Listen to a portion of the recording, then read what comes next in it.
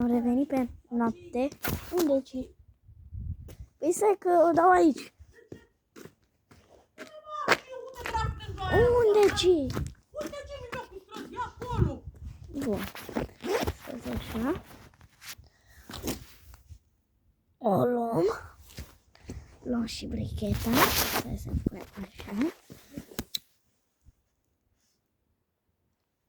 Stai așa.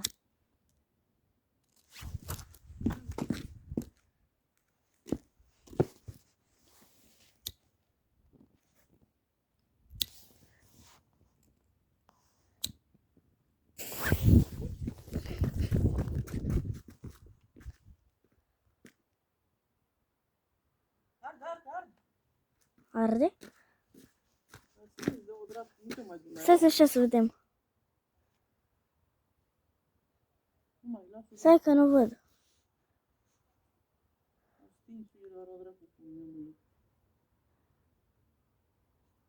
Nu văd.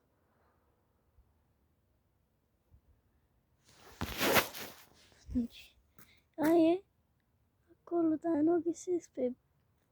A, uitați, nu arde. Ba, n-am să văd și nu se întâmplă nimic.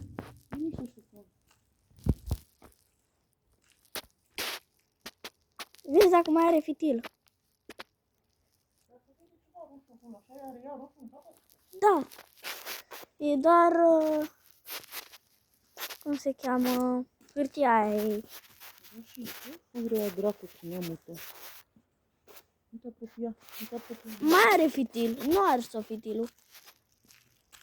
Ăla verde. Du să-i dau eu foc. Du. Ia, stai că-i dă mama.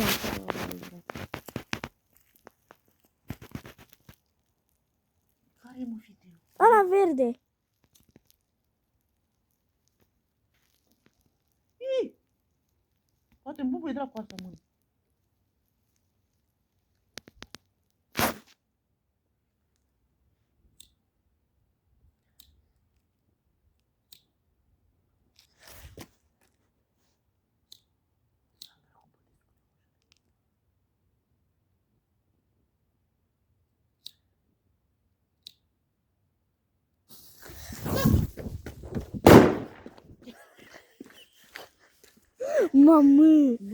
Mamă, scuzați că n-am putut să filmez, dar nu contează, măcar s-a auzit.